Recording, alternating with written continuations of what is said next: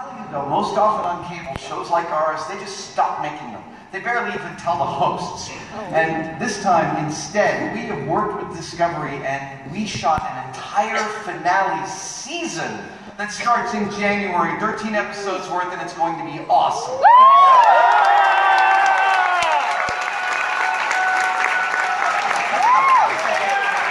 right. Did we hire you to yell that loud? That's awesome. I don't think they think I'm kidding. I think they know I'm telling the truth.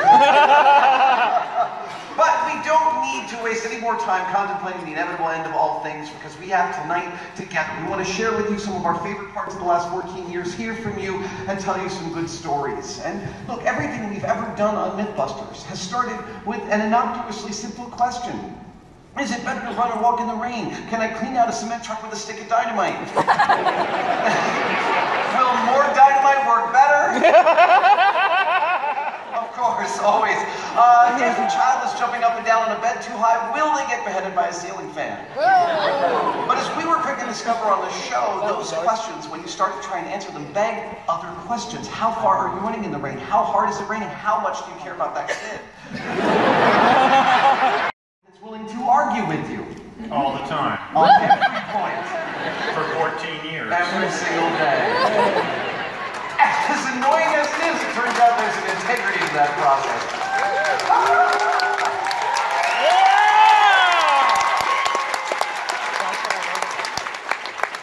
I think you're applauding the fact that we're not friends. As they should. Tonight we will not be myth-busting per se on this stage, but we do hope that we leave you with a little bit of a glimpse into our favorite part of this job that we've had for the last decade and a half, and that is that slight shift in perspective that yields a deeper understanding. And to do that, we're going to need your help. Tonight, you get to be our crash test dummy. I hope you're ready to come up on stage. When you sat down, you might have found a white piece of paper on your chair that's got some legalese on it. You don't need to read it, just sign it. Sign it and send your kid on up here. When we ask for volunteers, wave those waivers in the air and let us know you're surrendering. I think that is all the housekeeping. Stage is yours. Okay. When I was 12 years old, I started transitioning out of my childhood and into my early adolescence, I started to notice that my parents weren't just the people that ran my life and I lived with in my house, but they were actually people in the world. And I started to see how they were perceived by the world. And one of the first things I noticed was that my father was a very successful man.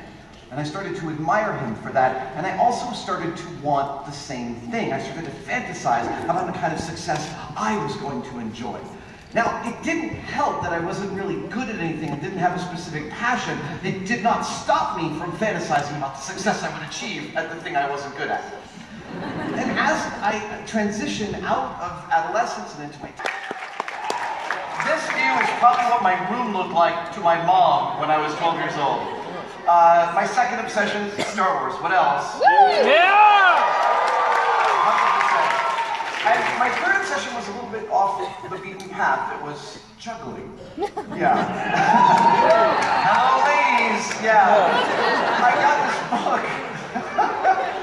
I got this book called Juggling for the Complete Klutz when I was 13, and it changed my life. It came with 3 bean bags, and they told you to start with one. Just throw it from one hand to the other, getting used to the simple grace of an easy toss. Then they told you to pick up a second beanbag, and they told me to throw in the following formation: throw, throw, catch, catch. Those lights are really bright. Throw, throw, catch, catch. Throw, throw, catch, catch. They explained that if you did this for a few hours, alternating the hand you started from, you could pick up a third beanbag and you'd be juggling. It is so not that simple.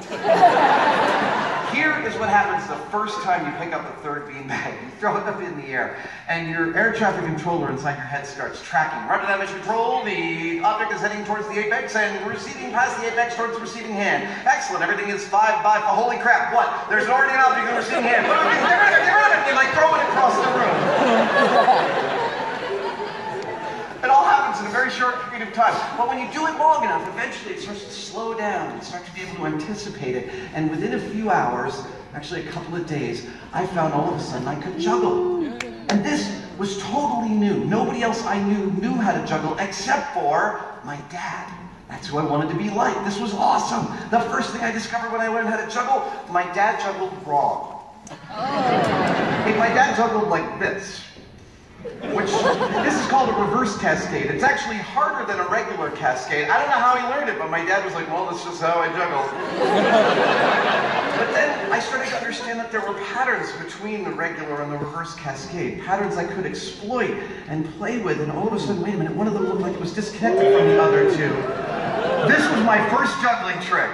And I was hooked. I started juggling for hours every single day. I wasn't thinking of it as practice. I was purely obsessed. I dragged every book out of the much harder to do than they look. You have no idea how many weeks this took. And then after about 9 months, I hit this wall and I stopped progressing entirely. I couldn't find a way to proceed. There's this thing that happens when you're learning a new skill in the beginning. Everything you acquire comes very quickly. It's why it's called the rudiments, right? And each thing you learn, great, they felt great. I actually picked them up pretty quickly, and oh man, I felt like I looked like a genuine clown. I had no idea that was not something to aspire to. And I also couldn't figure out how to translate any of the tricks I knew in the beanbags to the clubs. Okay, I learned one club trick. Here it comes. Oh, boring. It's like I put myself to sleep with this trick. It's called a double spin. This was not the level up I was looking for. And then, in one of my weirder circus books, I found a trick.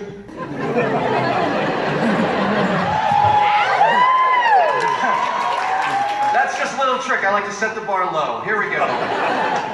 So, chops, the first time I saw somebody else do chops, I really had no idea what I was seeing. It was so mystifying. That's a chop. That is a second chop. The first time I myself succeeded at one and looked at it in the mirror, I couldn't tell what I was doing. But I pushed, and I kept on going, and I first taught myself chops with my right hand, and then I moved to my non-dominant hand, my left hand, and taught myself chops with that. And over the next few weeks, I pushed to learn 10 chops in a row, which is what I'm about to do for you. Here we go. 1, 2, 3, 4, 5. Whoa, wait, hold on. What to do? Ah! Hold on, clap. We're gonna do 5 more. I promise. Here we go. 5, 6, 7, 8, 9, 10. Hey!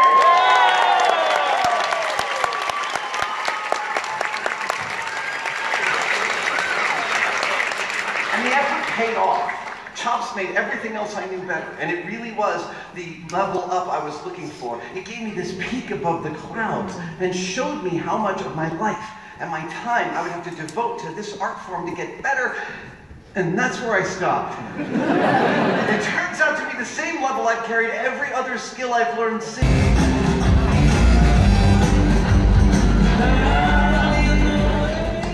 Hello, crash test dummies.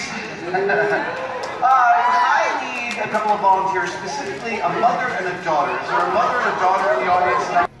Leslie? Presley, oh my gosh, that's a great name. Tanya, Presley, I'm going to ask you guys to do me a favor up here, but first I'd just like you to double check that these are genuine phone books. Go ahead and take a look at those. Presley, this is what the internet looked like when I was your age.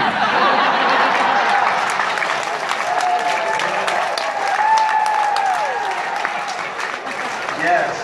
So I'm going to ask you guys to shuffle these phone books like a deck of cards sitting at this table. Bob will show you what we need, and then later I'm going to trust my life to your work. But no pressure. None at all. Jane, your stage. I also you there, knees that way. You know the rest. Oh, knees out that side. Other way around. Okay. Now, I want you to scoot in as close as you can to each other, and and have your knees are good. Your knees are good. You're looking good. You scoot forward a little bit. Okay. Now you lie across his lap. You across his. You across his. Yeah. Okay. Now the thing about this arrangement, of course, is that we don't need these chairs anymore. Now you're going to have to raise your knees. That won't work. Yeah. Okay. All right. Lift those butts, boys.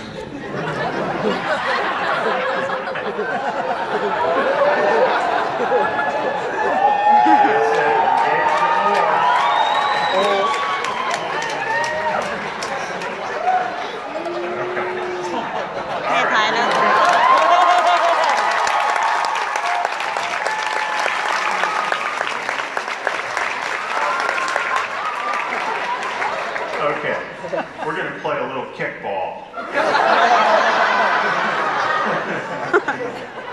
Every night it's a little different. Okay, so I need you to use your right foot and kick the ball. Okay, that works.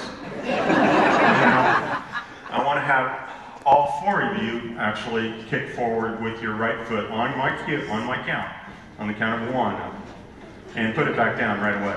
Okay. 3, 2, 1, kick. Right. Now, let's do the other foot. 3, 2, 1, kick. Okay. You know eventually you're going down, don't you, right?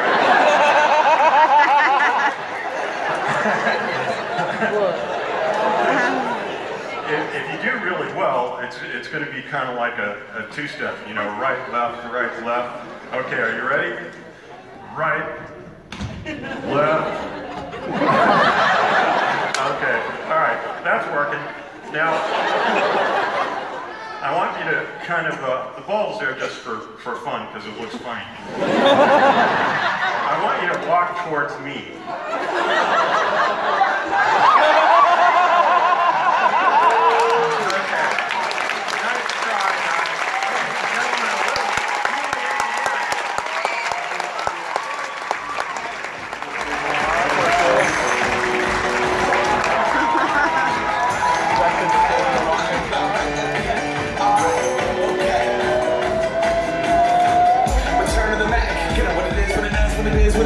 Looking for a better way to get up out of bed instead of getting on the internet and checking a new hit me get up. First shot, keep strut walking, a little bit of humble, a little bit of cautious, somewhere between my rocking. All right, we've entered the carnival of the stage, and now we are going to have some fun. What's your name? Evan. Can we turn around and show this amazing shirt? Look at her! This is officially the most adorable Sith I have ever met. Back up over here. What grade are you in, sweetie? 3rd grade. How's it going? You have a favorite subject? No. 3rd grade's pretty good. All right. Jamie, will you find a suitable opponent for Evan? I need the biggest guy here. I need a guy that works with his hands for a living. It's like a massive one-on-one. He's not raising his hand. Okay, come on up.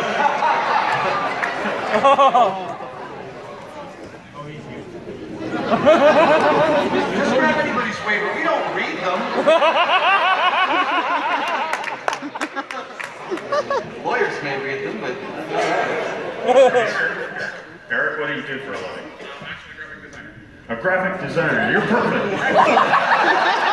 Eric, if you come over here and stand to Evan's left, take a look at these two natural opponents. Oh, yeah. Shake hands. Now, Evan, have you ever been to a carnival? Maybe? Okay. If you ever do go to a carnival, you'll see devices just like this. It's called the high striker. You hit this lever, the weight goes up, rings a bell, and you win a stuffed animal. But I'm here to tell you that no one ever wins the stuffed animal. You know why? Because they cheat. They're carny people, after all. They're Jamie's people, and you can't... Trust me, stay safe. I promise you we have not cheated with this one. Jamie's just going to use it as a demo. No, what we're doing is some physics. Force equals... I ring the bell. But the fun part starts when we mess around with equations like these. For instance, Eric, if we give you a hammer of a more diminutive nature, you may get a different result. Now, I will tell you, sir, that Jamie and I have tried as hard as we can to hit this lever, and we can't get above the good girl level. We strive to be bad girls, but it's just not happening. And several people over the years have rung the bell. We make them sign it. And one guy in Detroit last year broke the hammer in two. Yep. Back up, Ben.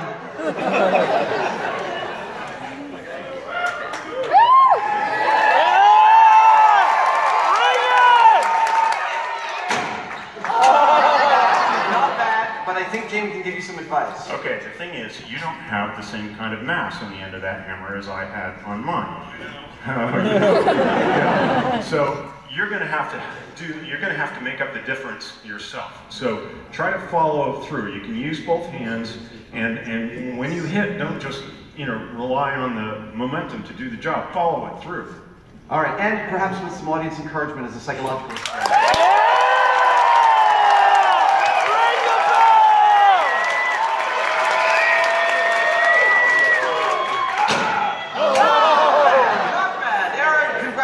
That was awesome.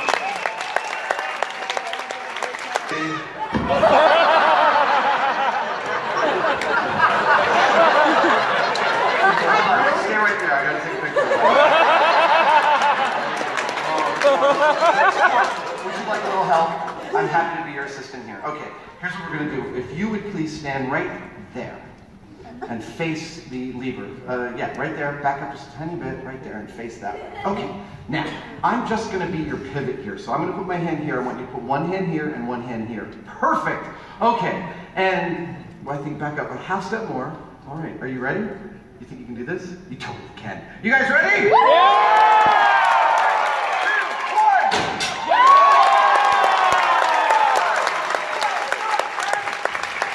All right. Come over here.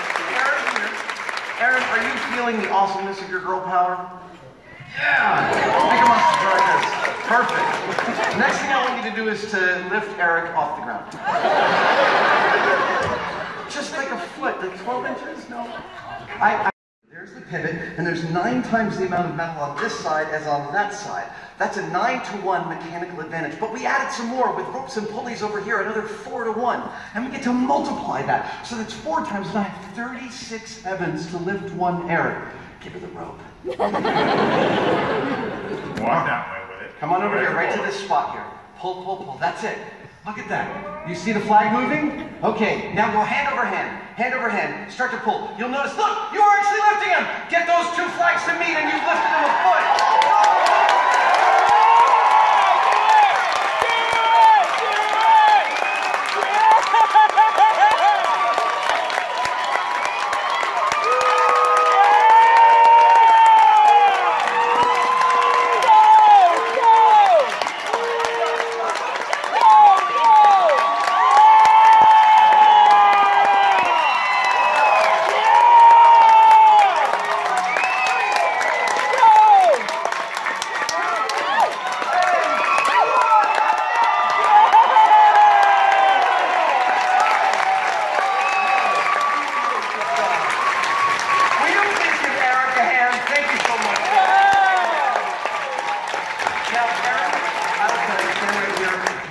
Superhero in Jamie's and my eyes, and befitting your station, we have a cape for you to go back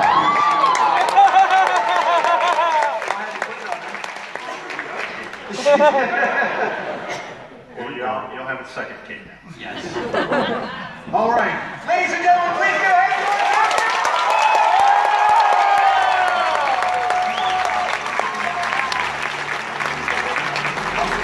What I could do with them. And I realized that they were about the size of my foot, so I took one and cut it in half on the bandsaw and bolted it to my feet. I mean, a lot of people have steel-tipped boots, but I got steel-tipped boots. Right. What we realized, of course, was that Jamie had successfully weaponized the boot. And this required a demonstration of its power. We should bring something on stage every night and destroy it for the audience's satisfaction. Something awesome. And I will tell you, we never figured out the exact perfect thing. I did come up with one thing, though. It's a little random. I call it kicking the can Mythbuster style. That's right. Tonight, for your enjoyment, we will be killing an innocent porcelain toilet for you. All right, hold on just a second. can I get some, we are going to remove the civilians from this stage. So Presley, Tonya, we have some gifts for you for your awesome work, which is truly awesome. Does a little OCD run in your family? Just a little smidge? I mean that as a compliment. Here's some t-shirts and perhaps a round of applause. Thank you.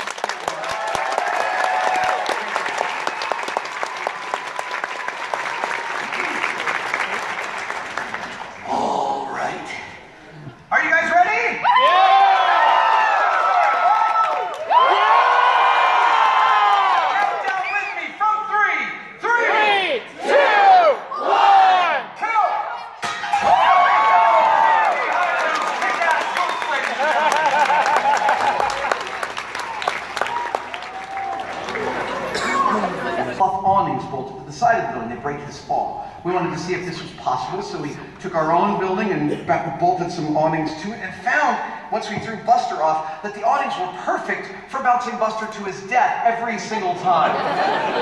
But then we wanted to show how we might do that coming from the movie industry. Sorry about that, Chris. Coming from the movie industry as special effects guys that we are, we took me up to the roof and prepared to throw me off on a cable-driven effects rig called a descender. It looks like it's falling fast on film, but in reality it's very manageable. So I'm up on the roof, last day of the shoot, just about to go, and the phone rings, and of course it's the insurance company, and they're freaking out. We had vetted the whole story with them the week before, but two things had gone wrong. One, they'd been thinking about it. Two, Mythbusters was a brand new hit, right? And so all of a sudden we were just hosts. Now, that rating means that a replica of that object was sent to a factory where it was broken under precise circumstances and given a maximum load. And nobody wants to take that job. But we discovered a loophole. We discovered that in lieu of a governing body, the insurance companies are often willing to take the testimony of outside experts. And get this, when it comes to phone book friction, that's us. We are teaching you a very important concept tonight, kids. Conflict of interest. Pay attention. I am. That gap is just on the cover. Should be fine. Okay. Yep, here we go. Jamie Hyman's Daily Workout, ladies and gentlemen. Yes. This mattress coming out, that's an insurance company request. That's not quite square. Could you square it up here? That is not what I meant. All right, I guess I'll bounce once before I die. Is that high enough? No! All right, everyone chill out. That's gotta be high enough. No! Hey, I will turn this car right around. One more, Jamie. There we go. I can still just barely see the balcony. All right. Okay. Everybody be chill. Here's what's... I'm about to take my hand off the top clamp, but I don't want you to clap yet because that's not the impressive part. Nope, it's not impressive because some of you think we're cheating. I know, because I read your tweets, people. Yep, I've read about it. Oh, they must have some cable from top to bottom. One idiot would hang from phone books every night. This idiot. And I'm about to prove it. I'm going to tear the covers off these phone books and show you that it is nothing but paper holding me off the ground. Now you can clap.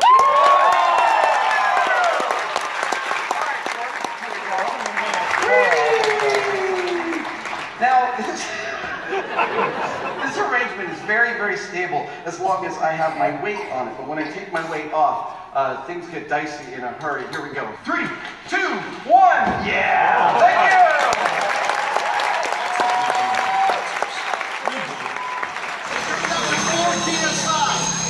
And the doors...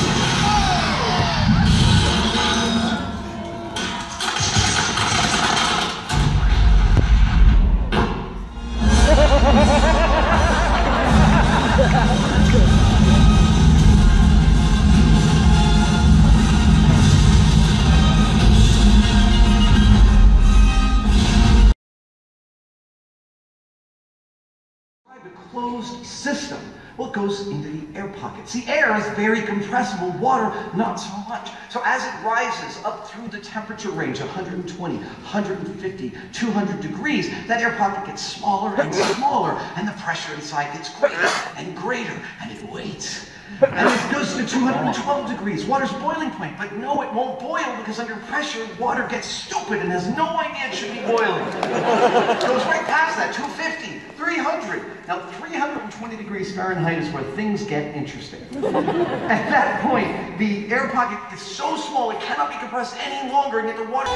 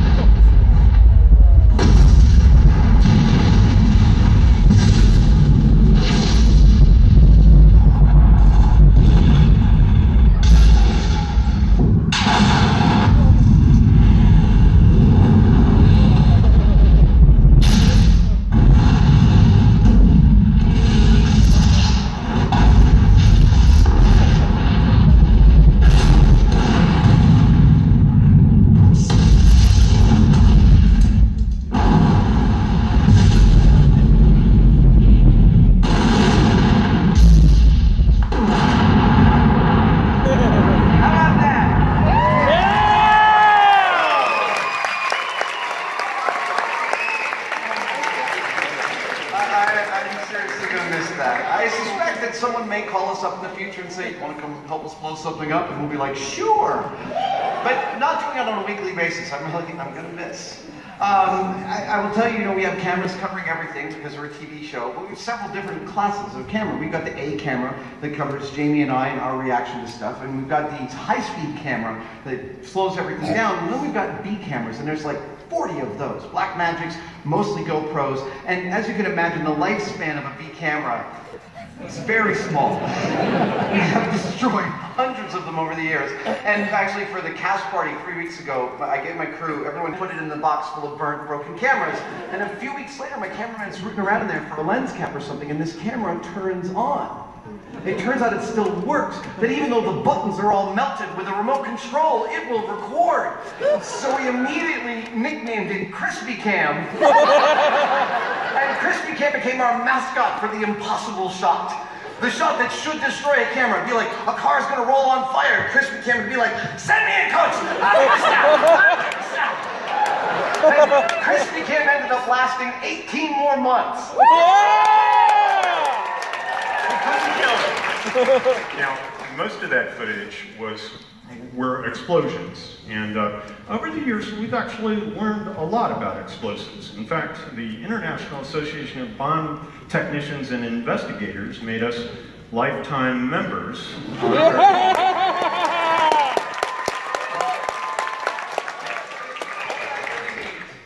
All that really means is that if you see us running, you should do your best to keep up. This innocent melon.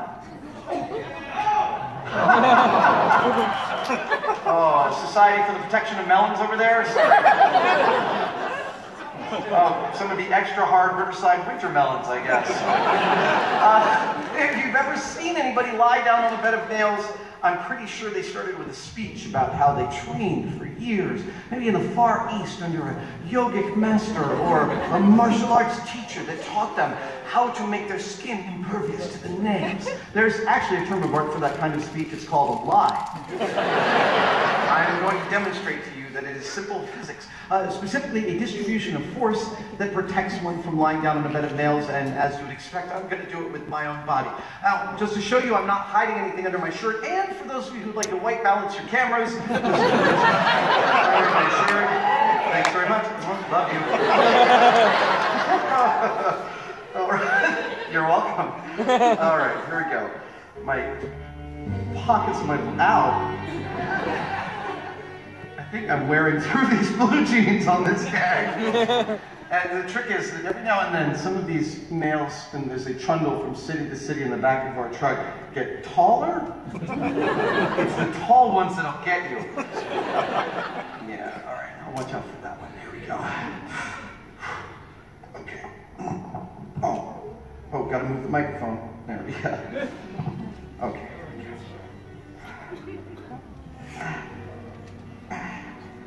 Oh, shit!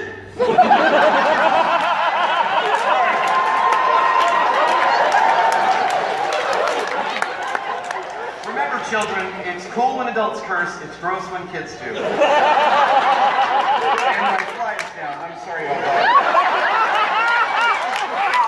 Or you're welcome, whichever you prefer. Chris, I'm really sorry about this. We'll take a look at it at intermission. I might have hurt my microphone last night. Here it goes. Almost there. All right, yes, lying down. Welcome back to bed.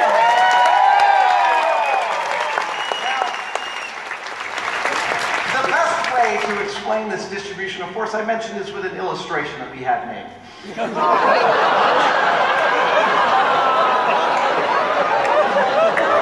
it be great if Jamie and I wrote your physics textbook? Yeah, that would be dark, but you'd remember that. Comfortable enough, I could take more weight, like let's say 30 more pounds of concrete, thank you. Now, when I say distribution of force, I mean that because I'm lying on hundreds of nails, no single nail can get more than like an ounce of pressure on my body, and that's not enough to harm me. But, okay, slow down there, cowboy. This is Jamie's favorite part. We are going to take this up a notch, clearly. Jamie is going to shatter this cinder block with that sledgehammer. And it's going to look to you like he's pushing me further into the nails, and yet that is not what will happen. No. The cinder block will break, but that breaking is an absorption of the energy from Jamie's sledge and a distribution of it to the sides of me, which protects me rather than linear through me, which would hurt. Watch this. Oh, yeah!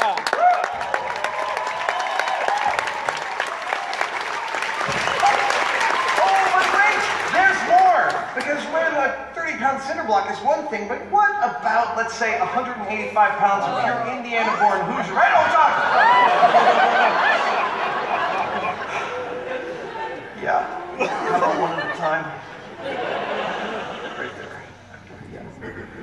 Well, you're still wearing the steel toe?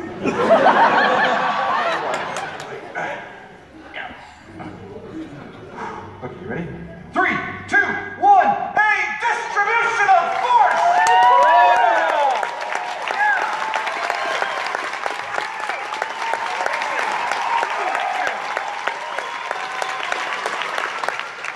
Now, we want to be really clear that we do not mean to give the impression to the impressionable young minds in the audience that we think it's a great idea to go make one of these in the garage and get your little brother or sister to lie down on it.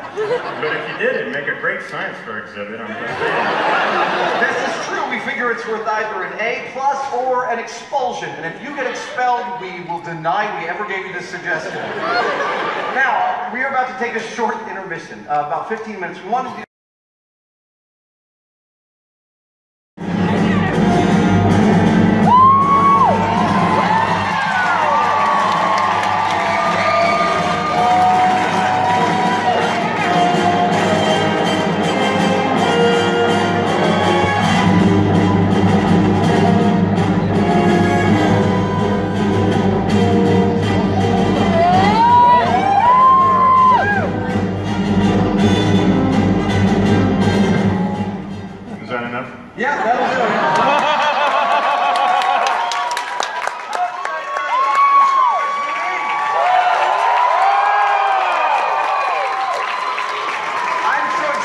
Jamie put on a Jedi robe. That really ought to tell you something. Please give a hand to our Vader and our Trooper.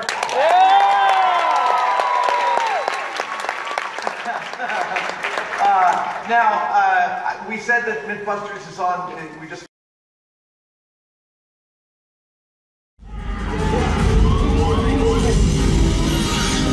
Yeah.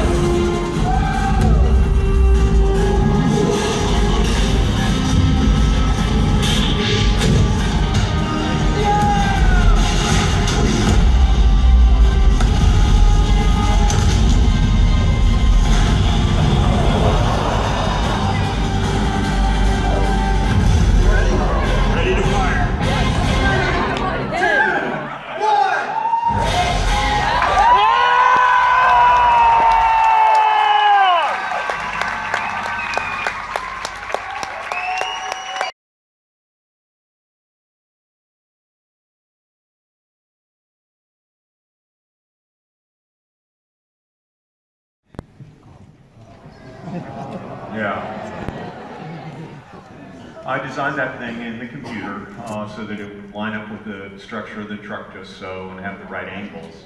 It's about 1.5 tons of steel, and we're traveling at about 50 miles an hour. You know, if you design something like that, you just kind of hope that it works the way you thought it would. I had no idea this was going to work this well.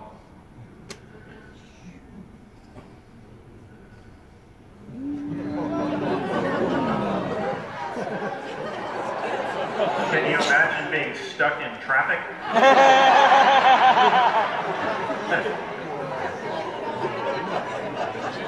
It's kind of beautiful in a messed up way. I like to think of it as a sort of car ballet. And by the way, the only thing that doesn't get completely trashed and flipped over is that little VW bug. It's like, you're not going to mess with me, you big bully. That right there is pure joy for the Heinemans, ladies and gentlemen. Go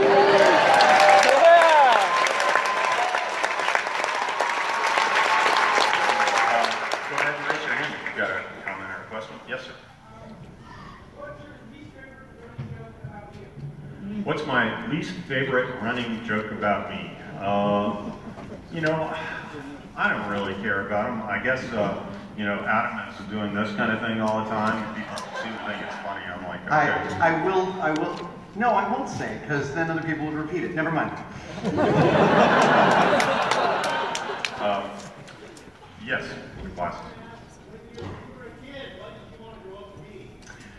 When I was a kid, what did I want to grow up to be? Well, you know, I didn't really have my sights set on anything. I've sort of grown into this job. I ended up doing a whole lot of different things, I suppose, because I didn't really have my sights set on anything. As a result of that, I developed this broad foundation of knowledge, and it ended up allowing me to do what I do now. But there was no, I was kind of a rebellious kid, and I didn't really have anything to say for myself as far as any ambition. Yes, young woman right there. Okay.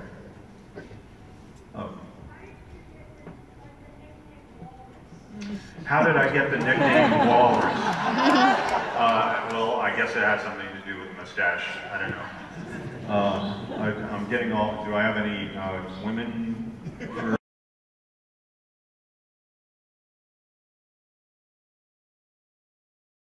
We did this story based on a movie called Magnificent Seven, and in it, James Coburn takes on a great movie. James takes on a dare with a guy with a gun that he can kill him by throwing his knife quicker than the guy with the gun can shoot him. Well, the guy with the gun lost that bet, and the throw was at some distance. And we looked at that, and we're like, how is that possible? Because unless you throw a knife like a dart, you're tossing it, and it's tumbling point over hill. So how do you know that the point is going to land at the right place in the right time?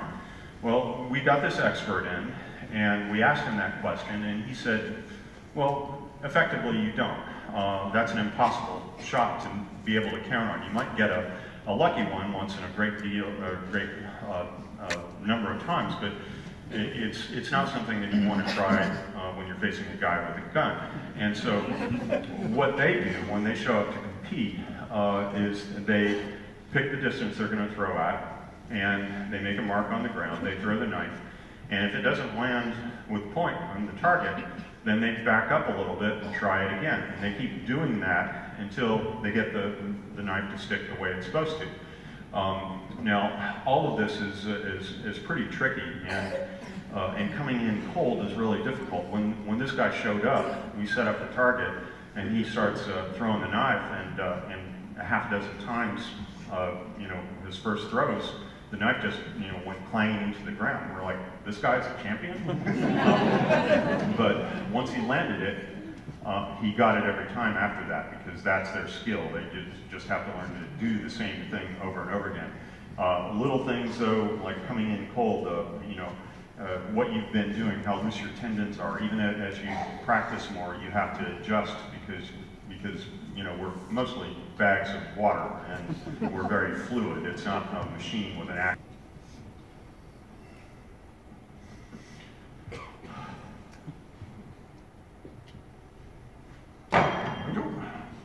point up, I think. I think so. Try the same thing again. Oh! Well done. So we have had Jamie's throw analyzed on the high-speed camera, dozens of throws, and the knife spins 2.5 times on its way from his hand to the target and travels at just a shade under 20 miles an hour. This is important because the next thing I'm going to attempt to do is catch Jamie's knife before it reaches the target. Seriously, the yellow and black handles, which is the reason Jamie calls these his little stingers, has a utility to me, and that is the high contrast color allows... You'll count it in? All right. 3, 2, 1. Oh, I was way off to the left. Sorry. Yeah. Do you mind if I count it in? Okay, I feel a little better.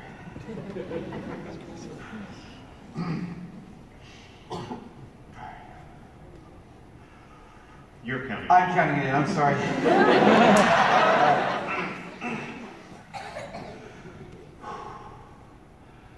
3, 2, 1.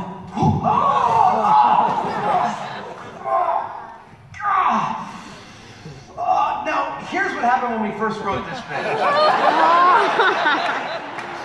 We thought the knife would go in my arm, the lights would go out, and everyone would be laughing, surely because they'd be in on the joke. And that's not what happened. No. Children were crying. Children, it's totally okay, sweetie. It's all a trick. Look, see, it goes right back. Children were crying, their parents were taken to the interwebs, and I hadn't gotten 10 feet off the stage when my mom called me. She's my biggest fan, but she spent the last 14 years in fear that she would open up Twitter one day and it would tell her I'm dead. And she's also afraid that I will have had something to do with it. We're special effects guys. We couldn't resist one special effect, and that's what this is. But the bed of nails was totally real, and phone book friction was totally real, and Jamie really can throw knives. But we're not going to do it for real on stage. It's dangerous. No, thank you very much.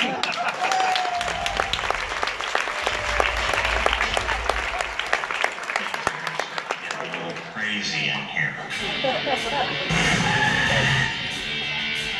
Don't mess with me.